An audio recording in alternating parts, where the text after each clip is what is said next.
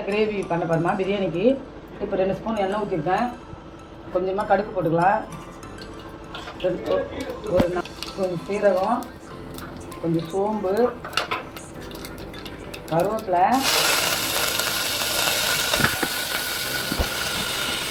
தண்ணி போட்டுக்கலாம். ஒரு தக்காளி நறுக்கி வச்சுருக்கேன், அதையும் போட்டுக்கலாம். நல்லா கலரி வச்சுட்டு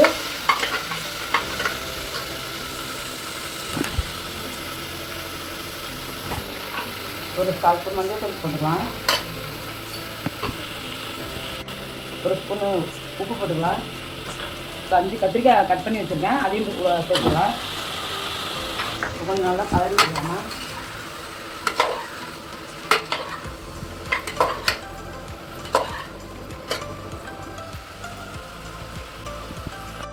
சேர்க்குறேன்.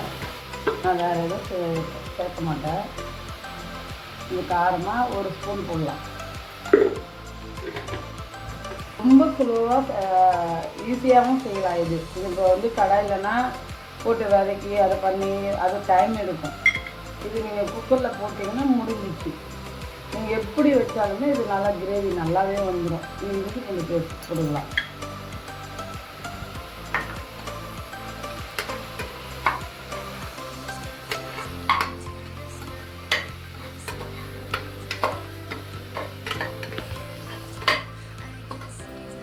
கரைசல் கொஞ்சம் எடுத்து வச்சுக்கலாம். புளி கரைசல் ஊற்றிக்கலாம். ஊற்றிக்கலாமா. சீக்கிரம் முடிஞ்சிடும், உங்களுக்கு டைம் எடுக்காது. இதேமாரி கொஞ்சம் மூடி வச்சிடலாமா. 3 விசில் ஆஃப் பண்ணிக்கலாமா. ஆஃப் பண்ணிவிட்டு நான் ஒரு 2 ஸ்பூன் வேர்க்கடலை, 1 ஸ்பூனு எள்ளு வச்சுருக்கேன். அதை ட்ரை ஆக்கிட்டு இறக்கணுன்னே அதை போட்டு அதை ட்ரை ஆக்கிட்டு மிக்சியில் போட்டு ஒரு அடி அடிச்சுட்டு நம்ம போட்டுட்டு இறக்கலாமா. அவ்வளோதாம்மா.